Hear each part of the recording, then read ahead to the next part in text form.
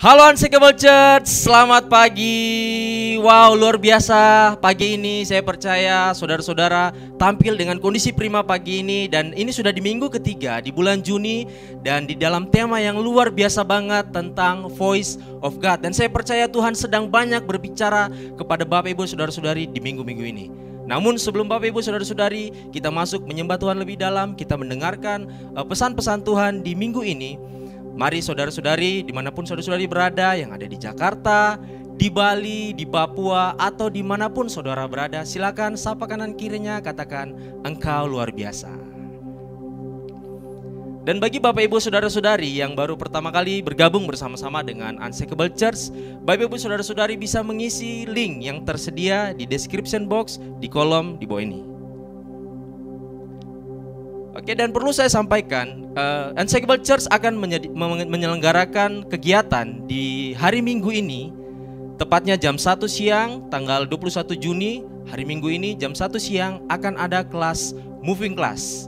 Dan bagi saudara-saudari yang ada di Indonesia bagian tengah, saudara-saudari bisa membuka aplikasi Zoom-nya jam 2 siang. Nah, apa itu Moving Class?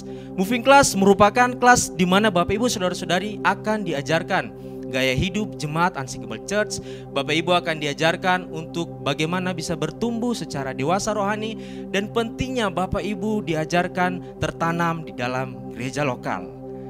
Dan yang kedua, kegiatan kita di minggu ini di Instagram Unshakable Worship, kita akan ada intimate from home. Tepatnya di hari Minggu ini juga jam 9 malam waktu Indonesia Barat dan jam 10 malam waktu Indonesia Tengah. Apa itu intimate from home? Ini merupakan suatu kegiatan di mana saya percaya Tuhan lebih ingin menyeruakan suaranya, ya. Ibarat kata ini seperti dinner.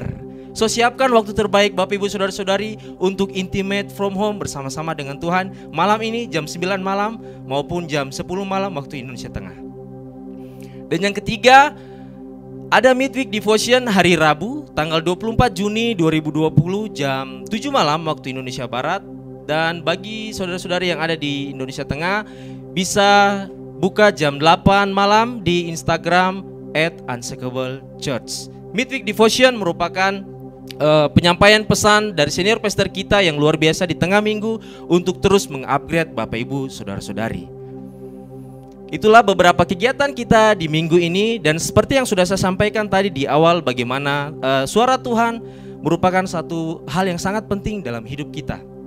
Saya punya satu cerita menarik ya dari Kejadian 3 ayat 17. Ini tentang Adam dan Hawa. Firman Tuhan bilang, lalu firman-Nya kepada manusia itu, karena engkau mendengarkan perkataan istrimu dan memakan dari buah pohon yang telah kuperintahkan kepadamu, jangan makan daripadanya, maka terkutuklah tanah karena engkau, dengan bersusah payah engkau akan mencari rezekimu dari tanah seumur hidupmu. So di sini kita bisa melihat Bapak Ibu saudara-saudari bagaimana Tuhan mengingatkan Adam tentang perintah untuk tidak memakan dari buah pohon pengetahuan. Tetapi apa yang dilakukan Adam? Dia tidak menjadi seorang komunikator yang baik.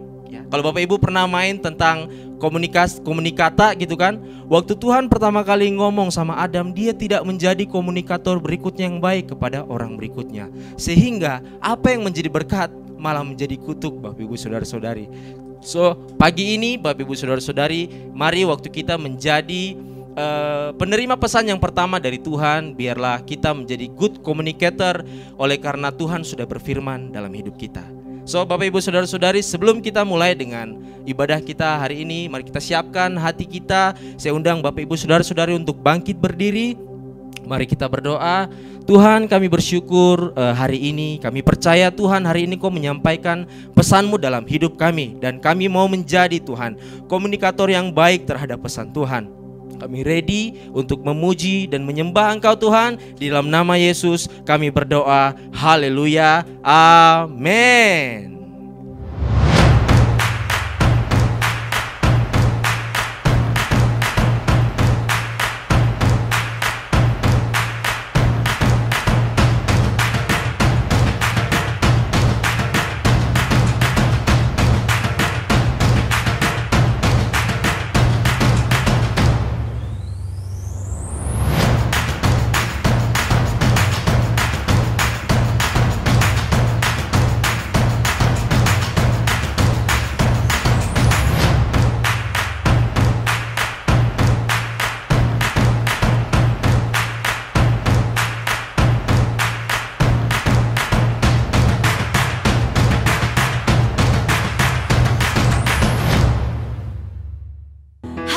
capable people, mari bangkit berdiri dan beri yang terbaik buat Tuhan.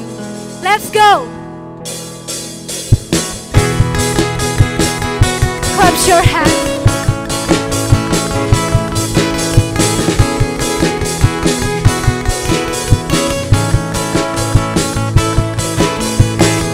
I want to scream it out from every mountain top.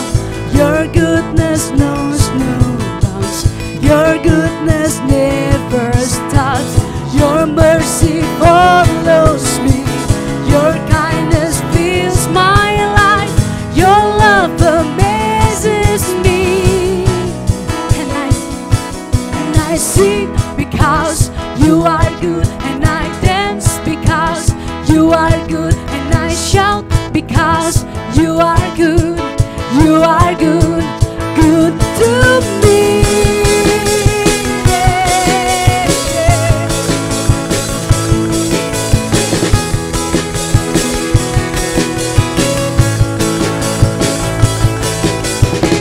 Nothing and no one comes anywhere close to you.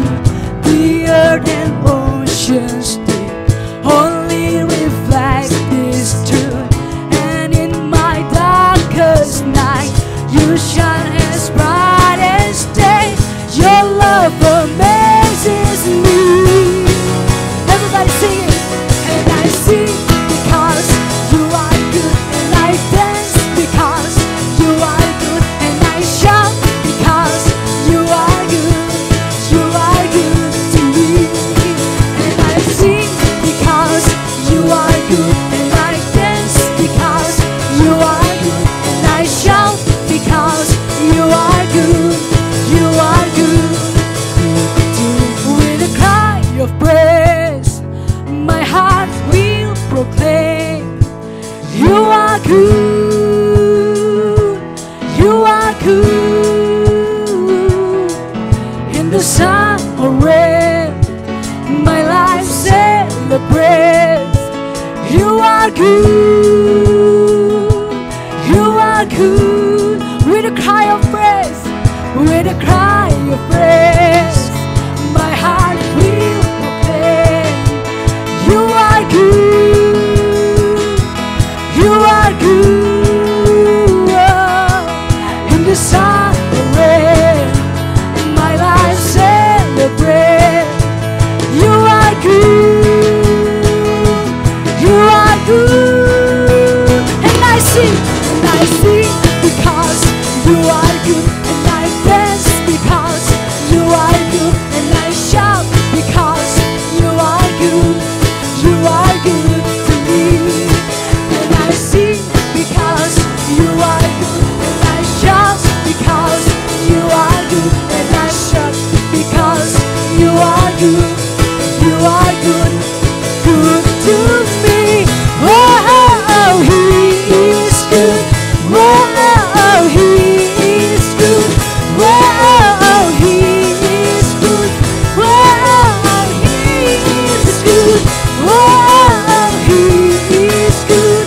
Oh, he is good. Oh, he is good. Oh, good to me. Hallelujah.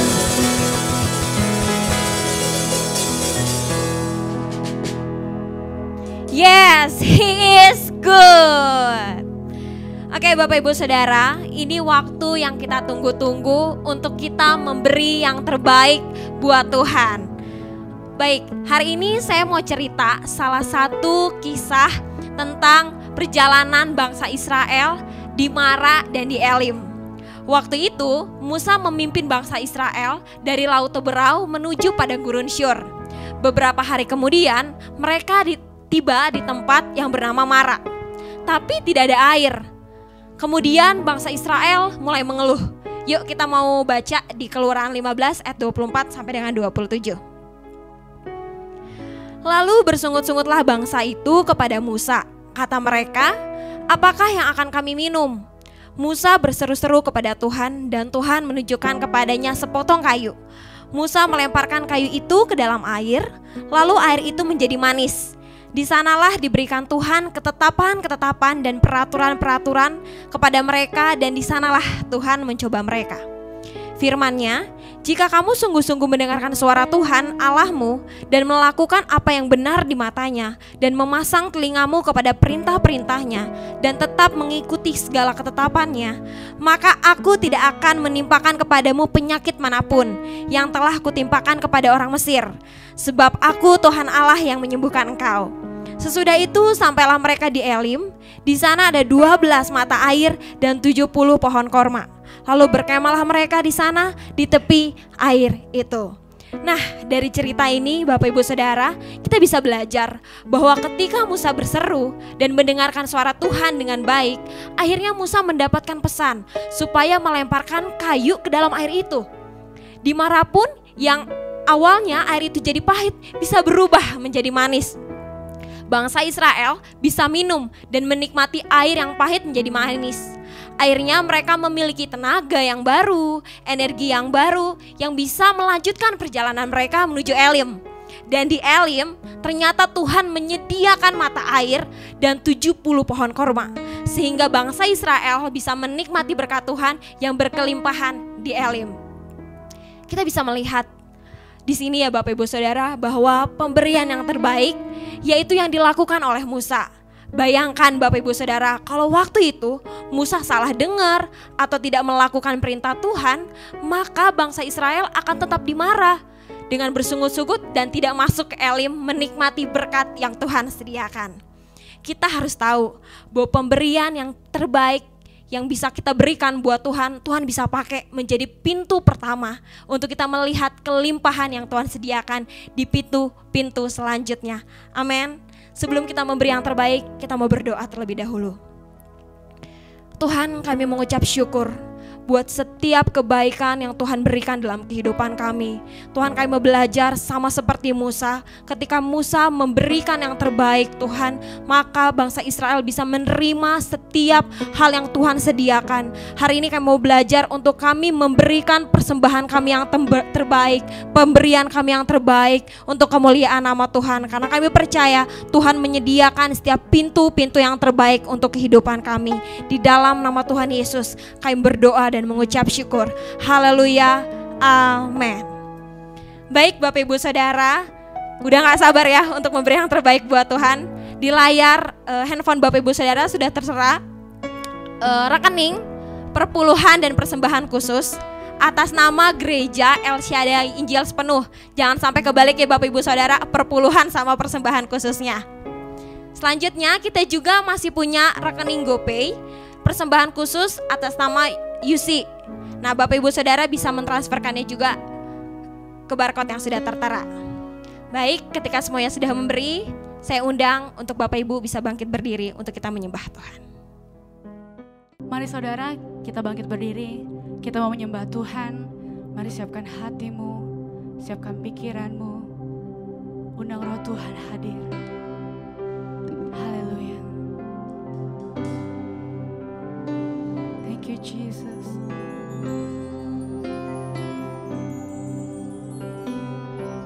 Amen.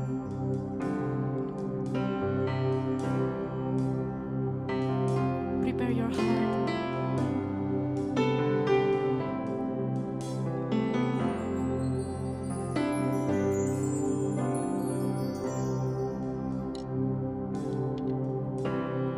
Rohmu yang hidup penuhiku, mengalir dalamku.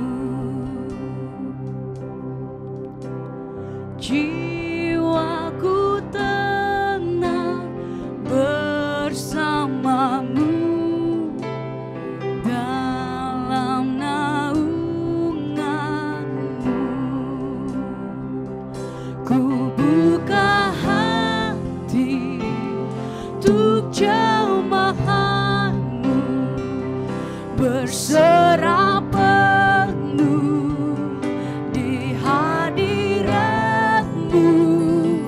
Kau ambil alih seluruh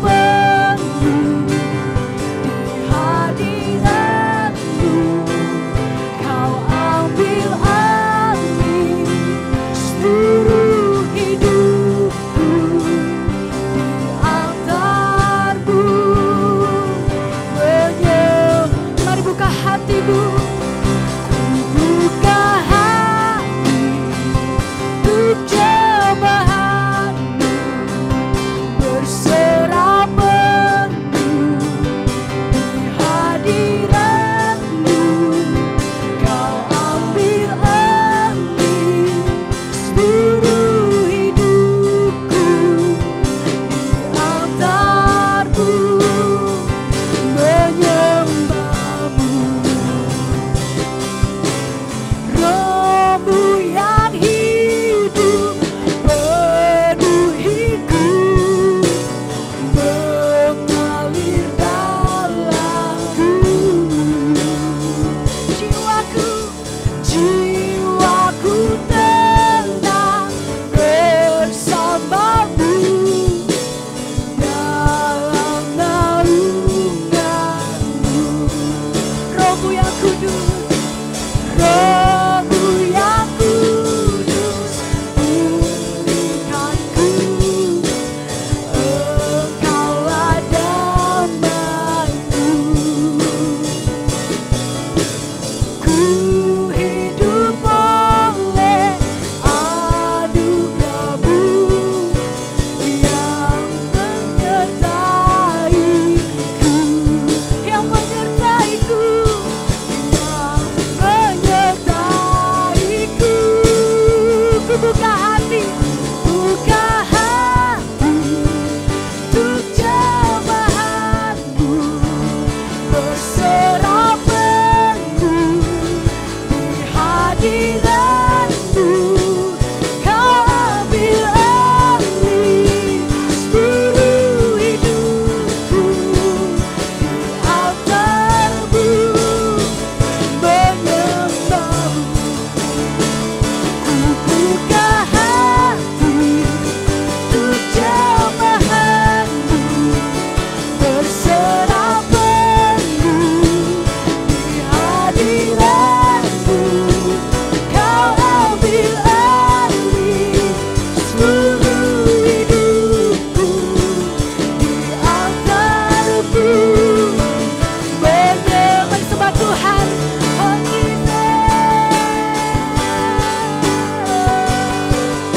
ku buka hatiku Tuhan, ku buka hatiku Bapa.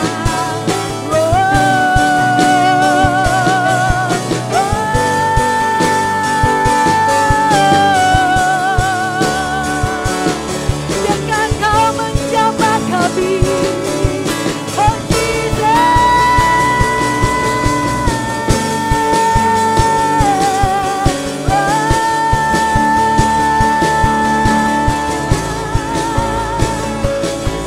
Ku buka hatiku Tuhan, berserah penuh di hadapan-Mu, berserah penuh di hadapan-Mu Tuhan.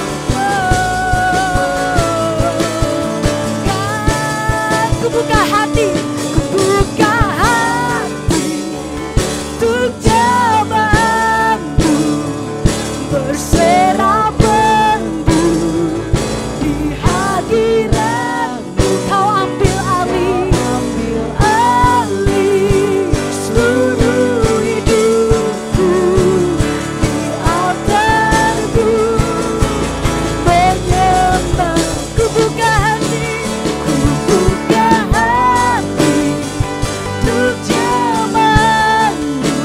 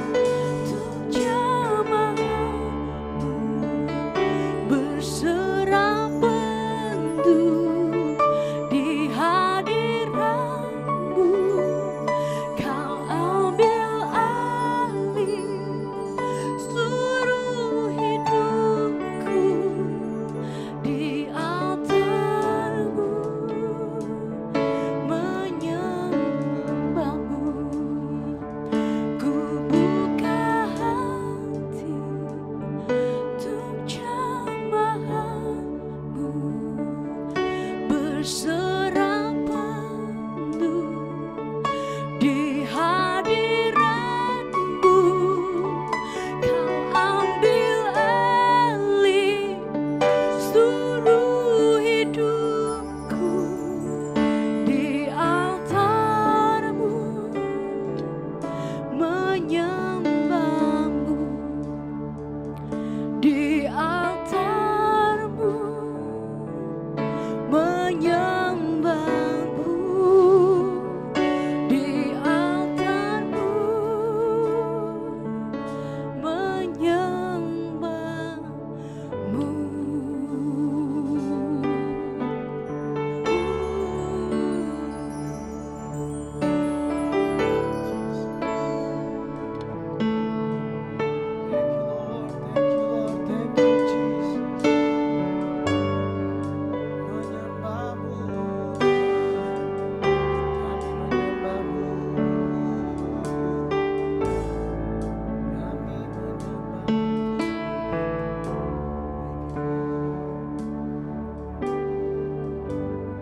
Kami datang di hadapan Engkau Tuhan.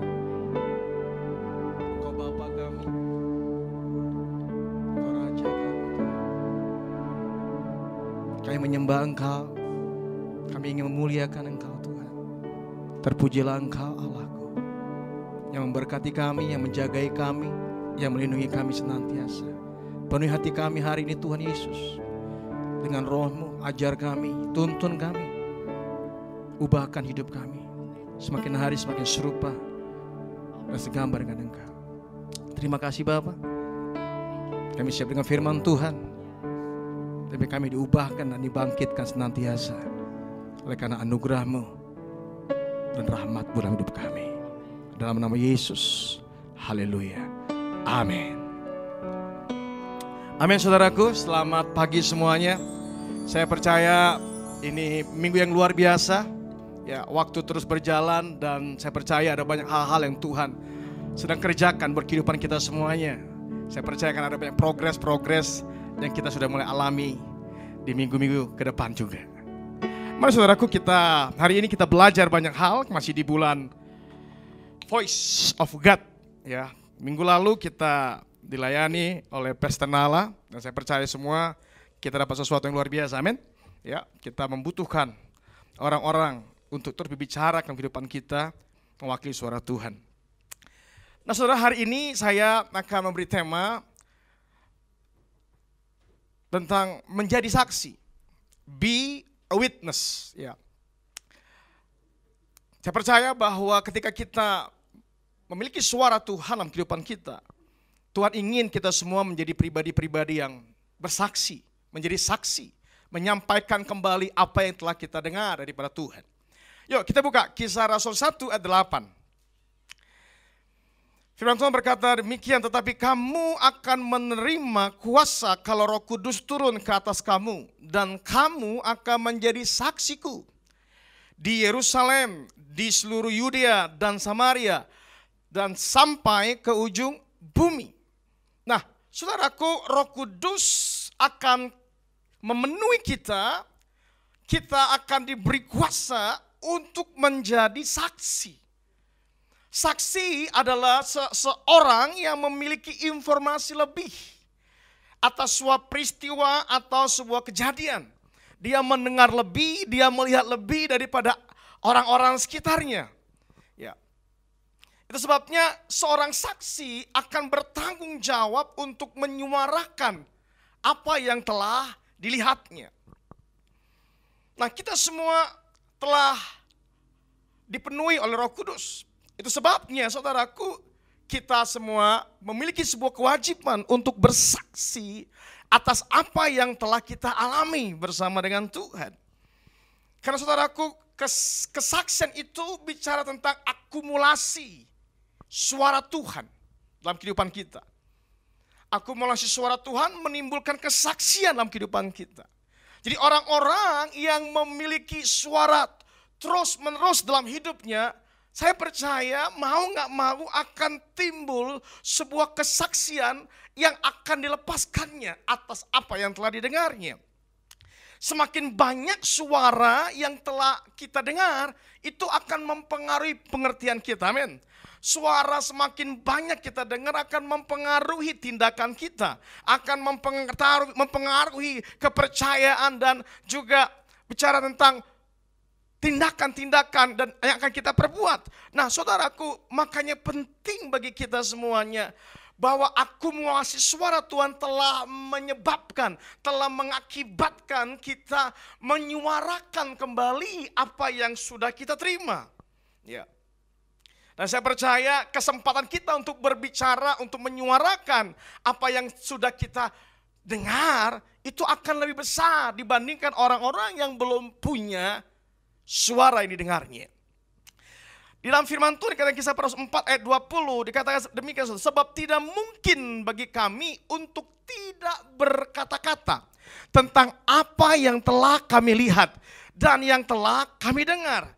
So dari ayat ini rasul-rasul berkata tidak mungkin untuk tidak menyuarakan ulang apa yang sudah kami lihat dan kami dengar.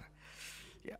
Itu sebabnya saudaraku, saya percaya bahwa apa yang sudah kita dengar itu juga yang akan kita suarakan. Itulah namanya menjadi saksi.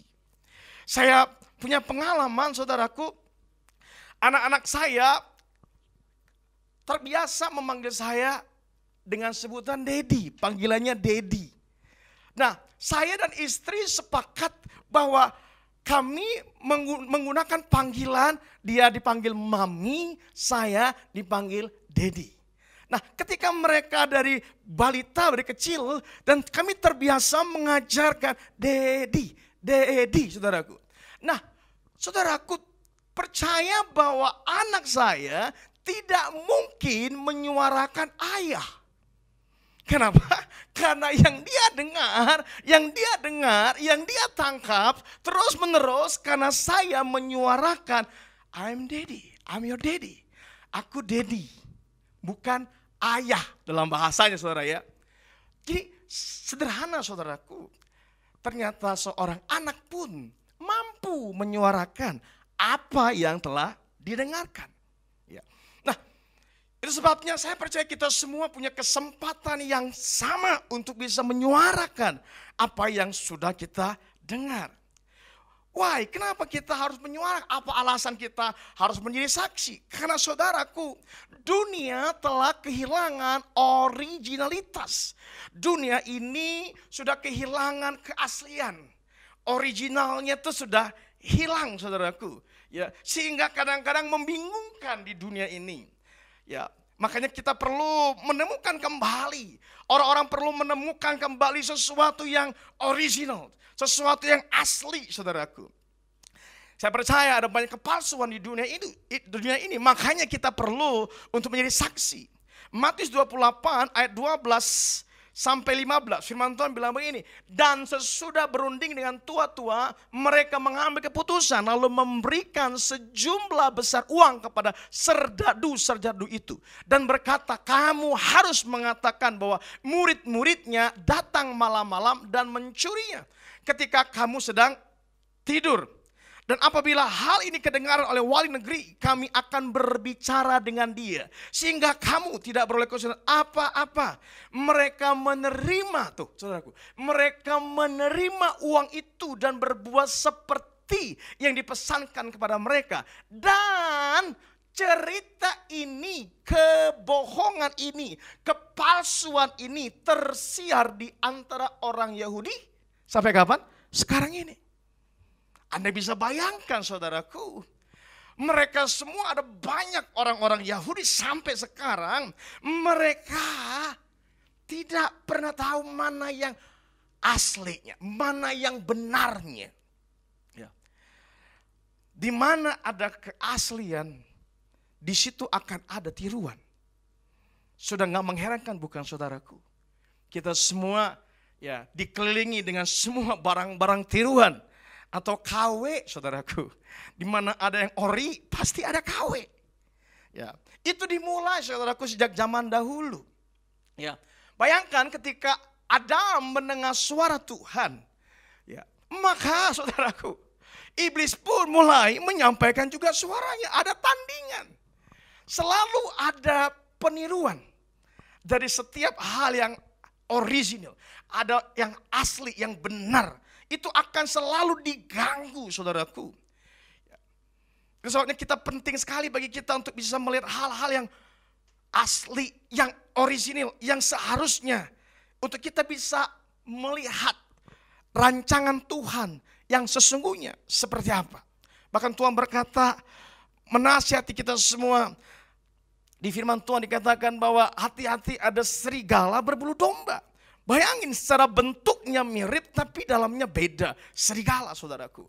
Berarti memang, saudaraku, dari dahulu kala dunia ini dipenuhi dengan segala tiruan dan tiruan dan tiruan. KW banyak banget.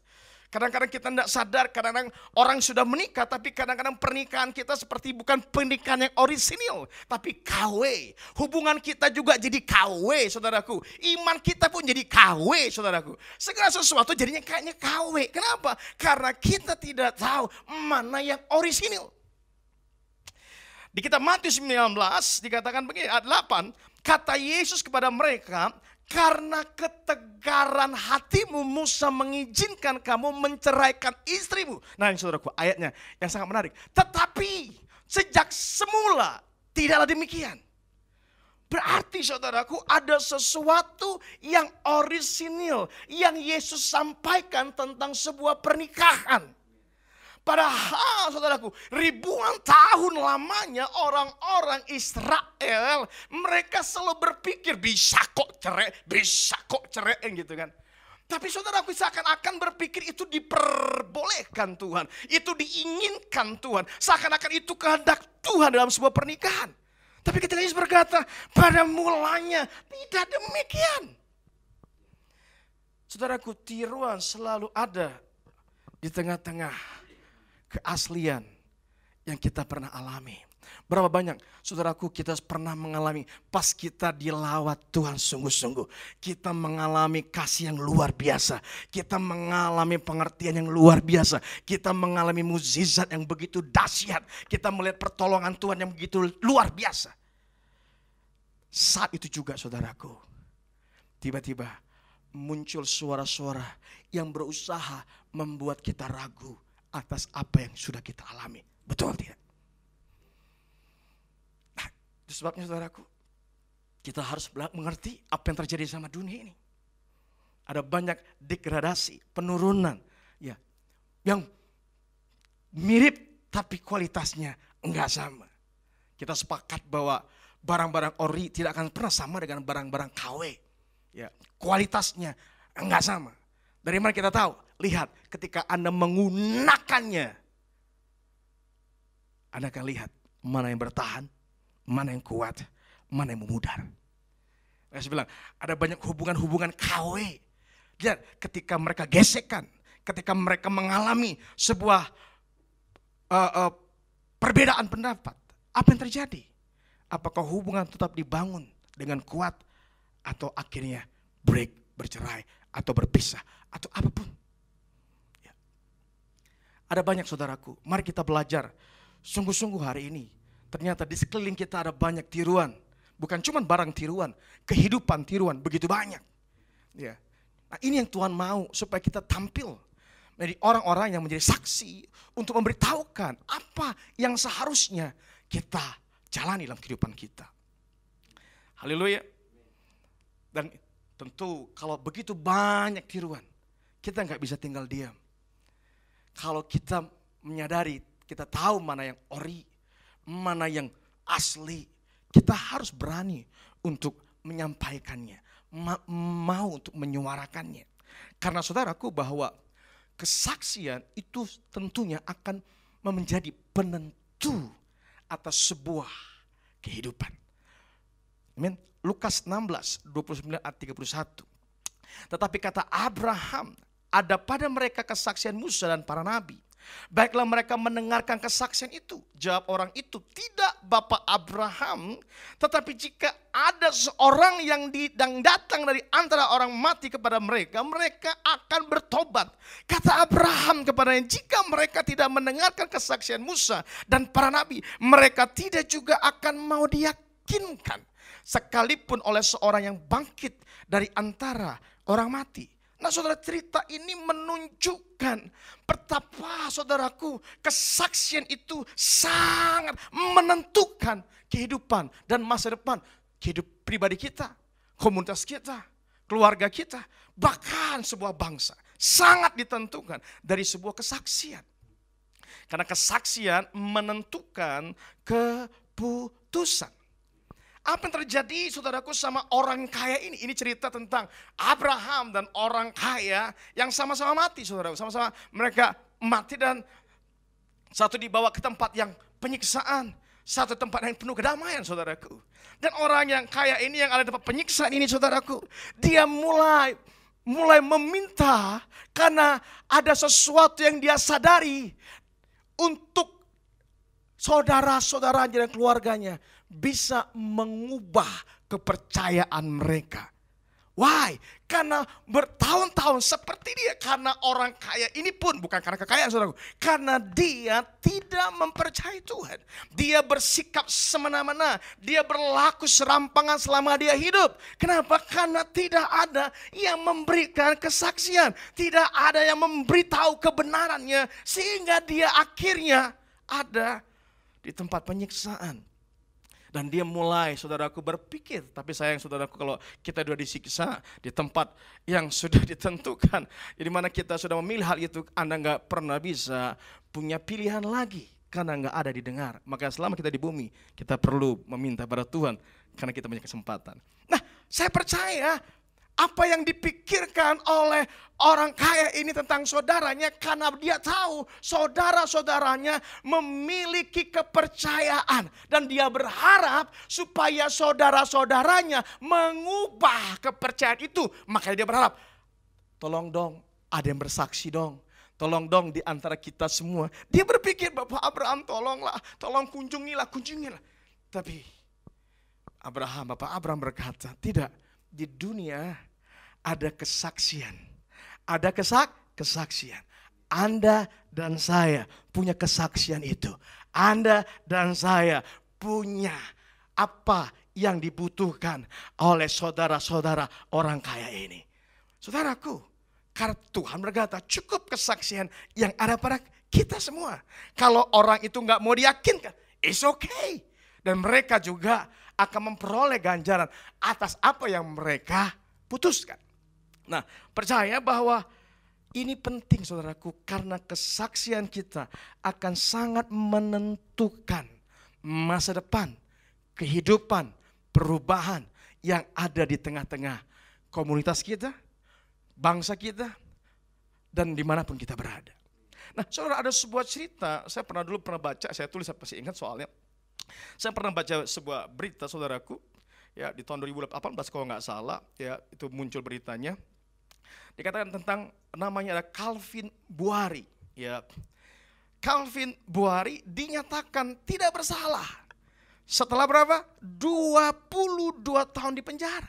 Setelah 22 tahun di penjara, divonis saudaraku, dan akhirnya dia dibebaskan dan dinyatakan tidak bersalah. Kok bisa? Dia sudah menjalani hukuman 22 tahun dan tiba-tiba dibebaskan. Karena ada saksi baru yang datang ke jaksa dan menyatakan bahwa dia tahu siapa pembunuhan yang siapa pelaku dari pembunuhan itu. Ternyata bukan Calvin Buari. Nah saudaraku, kalau tidak ada kesaksian ini, kalau nggak ada orang-orang yang bersaksi, saya percaya dia akan terus di penjara lebih lama lagi. Berapa banyak kehidupan orang-orang di sekitar kita, mereka ada di dalam penjara rohani, ya, mereka diikat oleh kehidupan mereka, diikat oleh pembenaran mereka, diikat oleh keputusasaan, diikat oleh ketakutan, diikat oleh segala sesuatu yang membuat mereka rasa tidak berarti hidup mereka. Sebabnya saudaraku, mari kita semua menyadari bahwa kesaksian kita itu sangat-sangat menentukan banyak kehidupan di luar sana. Ya, saya percaya saya pun orang-orang yang tidak lepas berubah oleh karena adanya orang bersaksi, memberikan kesaksian kebenaran bagaimana seharusnya saya hidup, bagaimana seharusnya saya bersikap, bagaimana seharusnya saya mengenal siapa Tuhan. Kalau nggak ada yang memberi kesaksian, mungkin juga saya nggak akan pernah berubah. Demikian juga ada di rumah juga. Ya, berapa di antara kita semua menyadari kita hari ini begitu bisa percaya sama Yesus, sungguh-sungguh dan mengalami kasih Tuhan. Itu karena ada orang-orang yang membawa kesaksian dalam hidup Anda dan saya. Dan saudaraku, kalau Anda sudah mengalami, bagaimana orang-orang di luar sana yang membutuhkan kesaksian untuk dilepaskan, untuk dimerdekakan, untuk mengalami kedamaian dari Tuhan. Nah, itu sebabnya kita semua, saudaraku, butuh yang namanya pengutusan. Kita semua harus belajar menyadari Tuhan telah mengutus kita. Sejak kita penuh Roh Kudus, dipenuhi Roh Kudus, ya, kita sebenarnya sudah diutus untuk memberitakannya. Roma 10 ayat 14 sampai 15. Tetapi bagaimana mereka dapat berseru kepadanya jika mereka tidak percaya kepada Dia? Bagaimana mereka dapat percaya kepada Dia jika mereka tidak mendengar tentang Dia? Bagaimana mereka mendengar tentang Dia jika tidak ada yang memberitakannya? Dan bagaimana mereka dapat memberitakannya jika mereka tidak diutus? Berarti akhirnya orang butuh diutus. Seperti ada tertulis betapa indahnya kedatangan mereka yang membawa kabar baik. Semua kita butuh menyadari ada sebuah pengutusan dalam kehidupan kita. Saudaraku, kalau kita diutus agar kita mampu menyuarakan sebanyak mungkin, kita menyebarkan ke seluruh penjuru bumi apa yang sudah kita dengar, apa yang sudah kita rasakan, apa yang sudah kita alami dalam Tuhan. Supaya apa, saudaraku? Supaya semakin banyak orang-orang yang punya kesempatan untuk diubahkan. Kehadiran Roh Kudus merupakan tanda dari pengutusan. Jadi kalau kita berpikir, bagaimana mungkin, apa hal yang buat saya merasa diutus? Roh Kudus yang ada di dalam hidupmu, itulah tanda bahwa engkau diutus oleh Tuhan. Amin.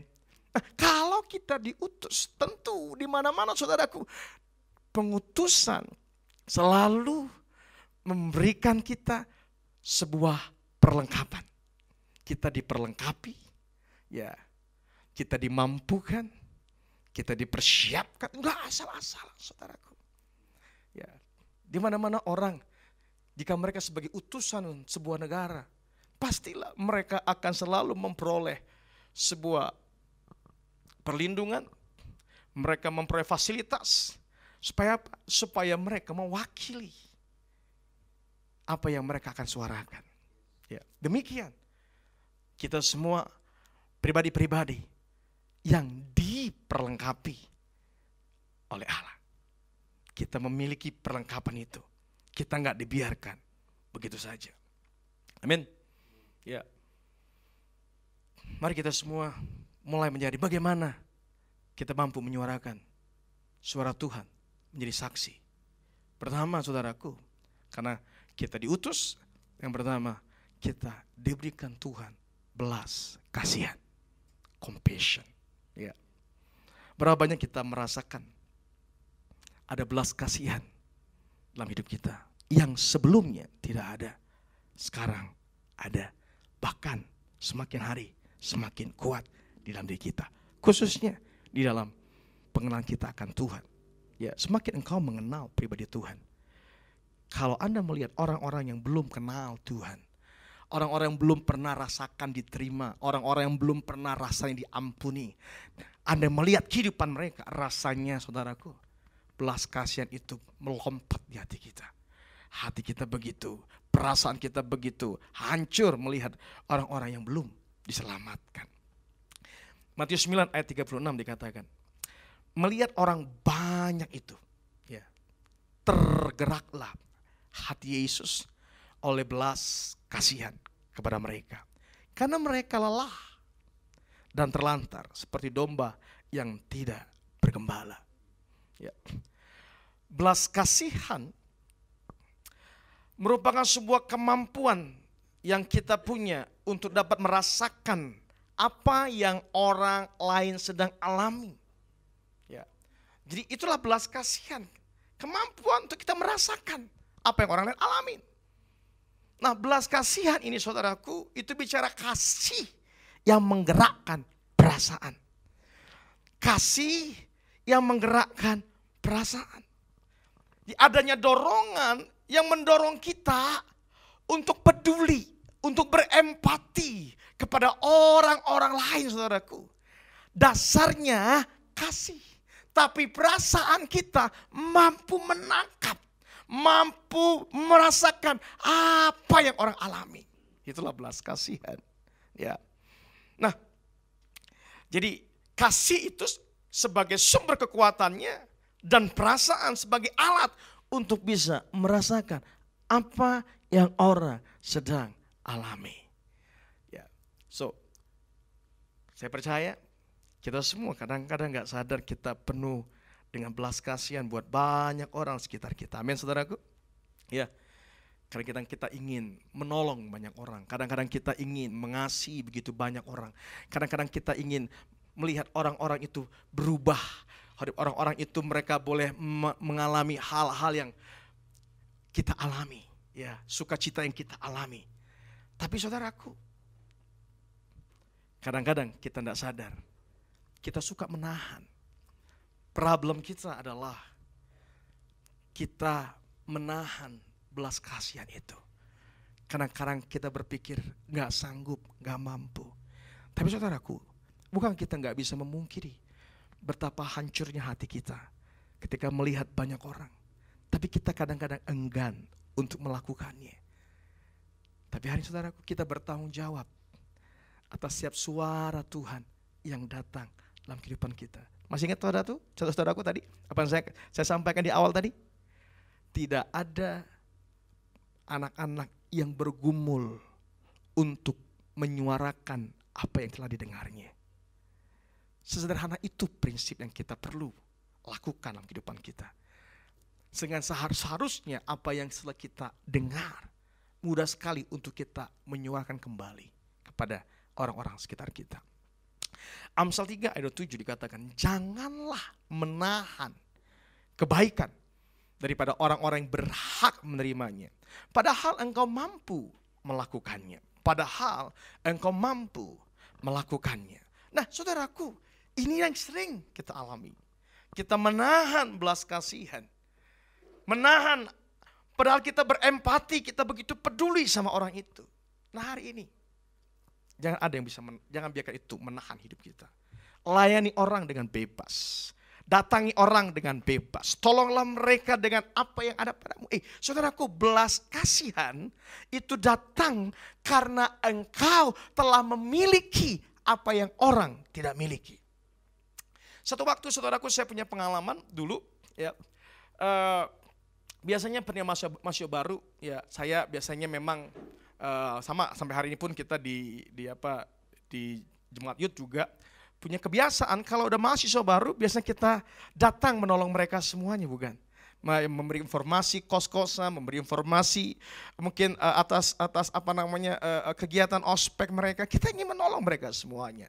Nah, satu waktu saudaraku, pas udah mau sore mau ke malam, jam 5 mungkin jam 6 saudaraku. Saya mau pulang, ya, dan tiba-tiba di pinggir jalan saya melihat ada orang tua dan anak, tentunya maba dia. Ya. Dan saya melihat mereka seperti kebingungan. Mereka kebingungan karena mereka sudah malam dan ternyata rencana mereka tuh ingin pulang. Mereka pulang, saya lupa mungkin ke Bekasi atau ke Bogor. Ya.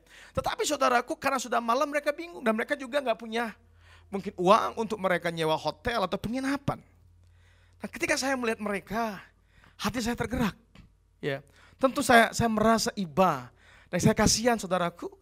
Dan akhirnya saya mulai mendatangi mereka dan bilang, Bapak Ibu kenapa Bapak Ibu? Saya bilang begitu, iya kita mau pulang tapi udah kemalaman tanggung. Ya, Dan besok juga masih ada lanjutan lagi, dan kita juga nggak punya uang juga untuk bisa menyewa penginapan. Saudaraku, langsung tiba-tiba saya berkata begini, ayo Bapak Ibu, saya bilang, mau nginap di tempat saya, di center saya, di kosan saya. Ya, dulu kita punya center, saudaraku. Dan saya akhirnya membawa mereka ke center, ya. Dan saya layani mereka. Ya, saya buatin minuman, besok pagi juga saya buatin minuman dan beberapa hal yang saya bisa bantu mereka. Dan singkat cerita saudaraku,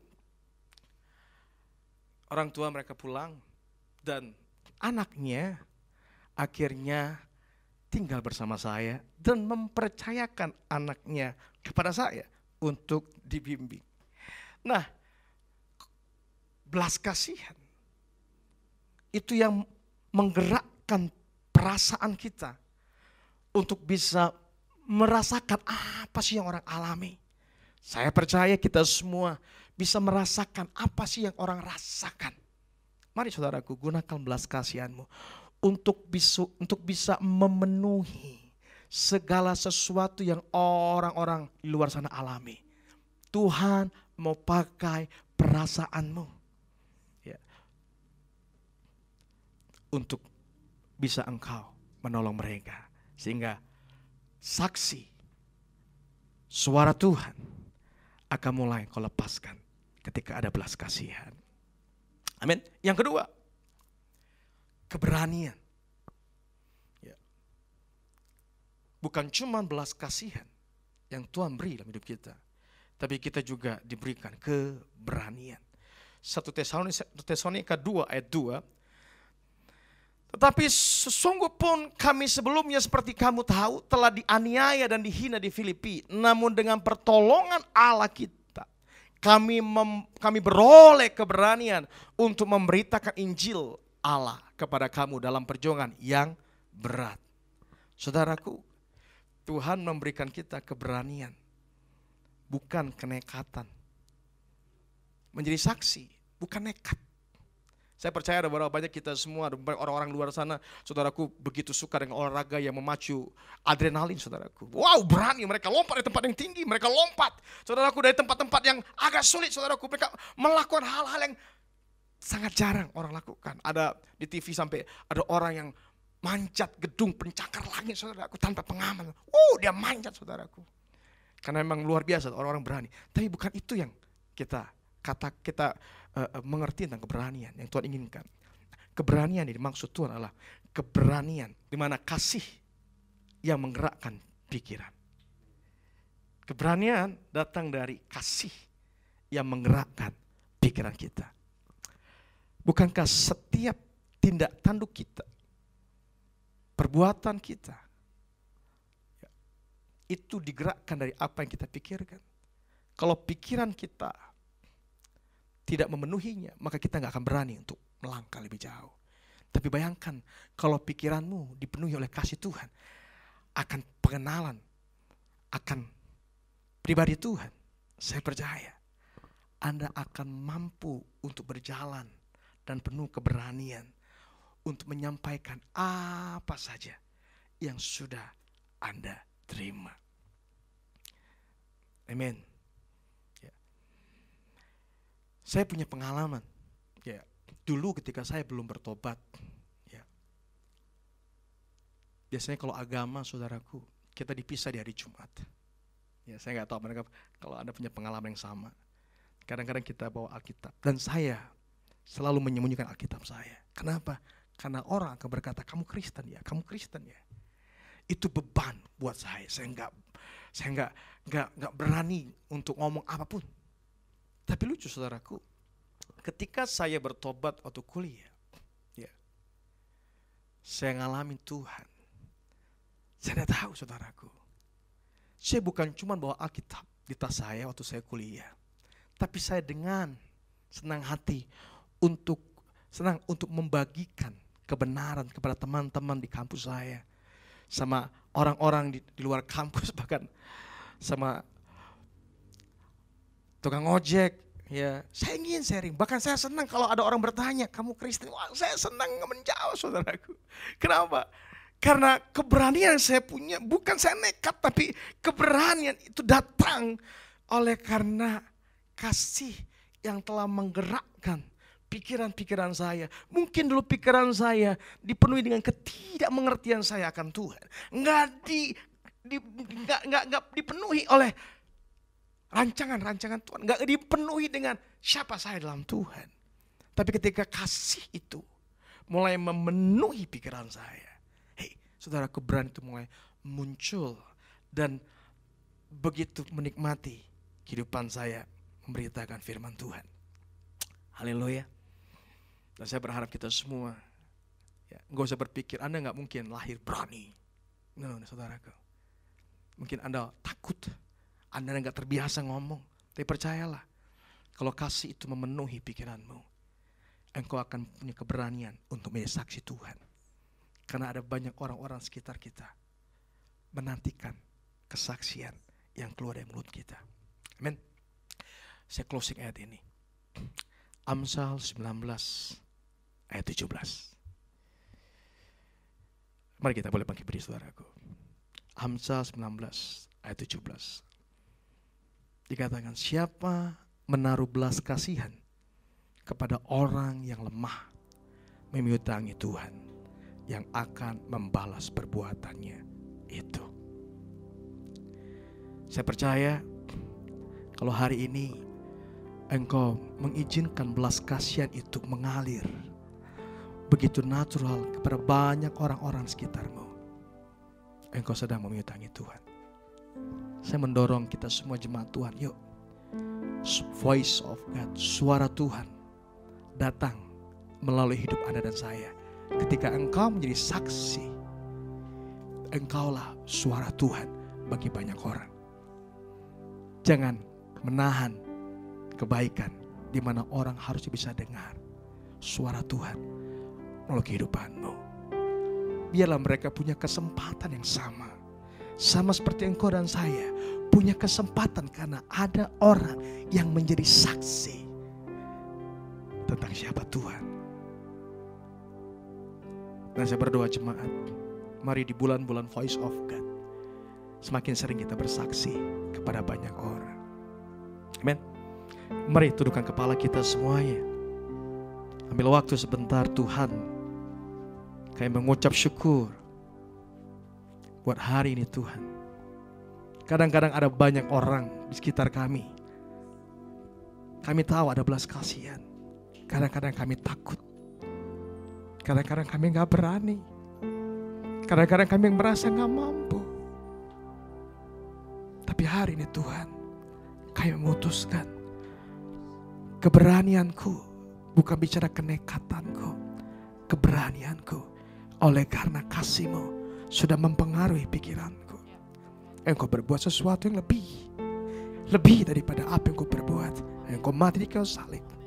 Engkau tebus dosaku. Engkau mengabaikan pelanggaranku. Tuhan, tidak mungkin aku tidak berkata-kata. Tidak mungkin aku tidak berkata-kata atas apa yang kulihat, apa yang kudengar, apa yang kualami. Bapakku berdoa, memberkati umatmu hari ini. Diberkati hidupmu. Biarkan belas kasih itu semakin melimpah dalam hidupmu. Dan Tuhan berikan kau keberanian untuk menyuarakan suara Tuhan. Membawa kebebasan sebagai penentu. Dan membawa perubahan atas banyak kehidupan. Dan mereka mengenal siapa Tuhan. Diberkati hidupmu. Diberkati hidupmu. In the name of Jesus.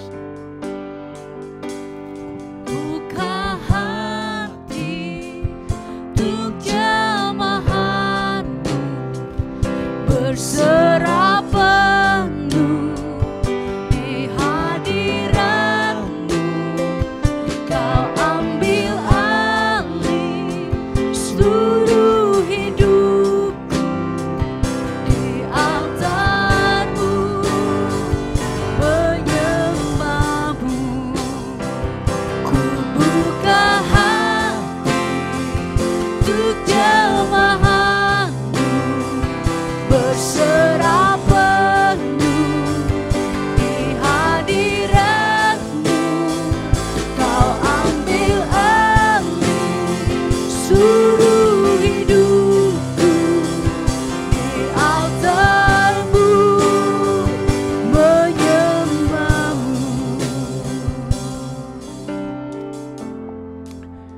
Mari saudaraku angkat tanganmu dan terimalah berkat Tuhan.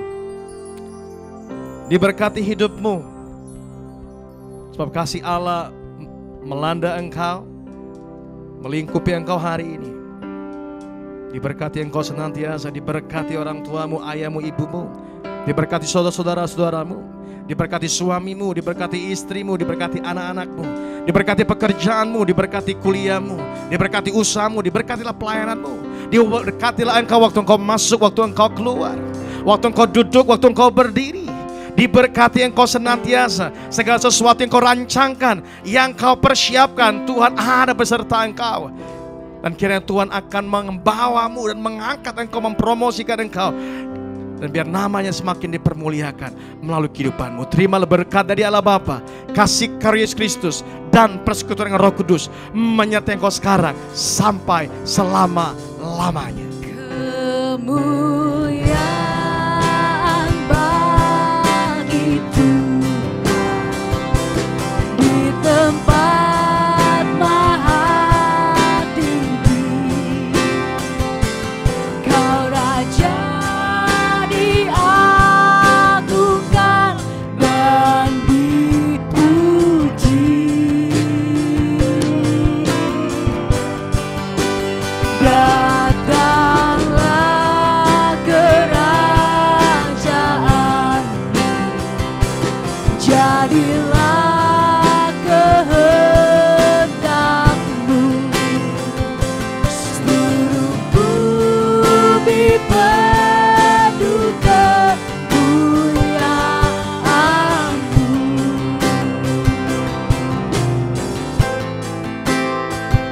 Seluruh bumi penuh kemuliaan-Mu.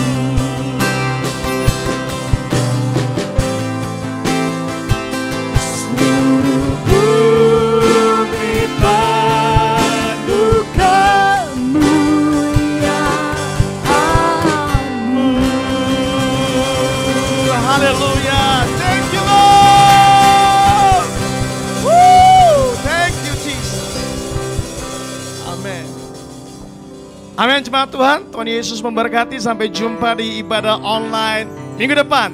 God bless you all. Ku buka